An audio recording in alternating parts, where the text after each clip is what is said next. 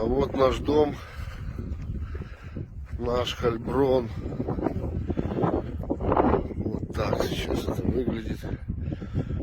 После приезда освободителей российских. Вот так мины прилетали сюда. Вот так вот. Вот так это выглядит сейчас.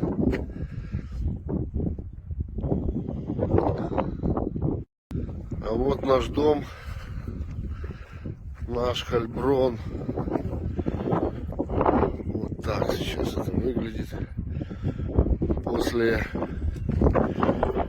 приезда освободителей российских. Вот так мины прилетали сюда. Вот так вот.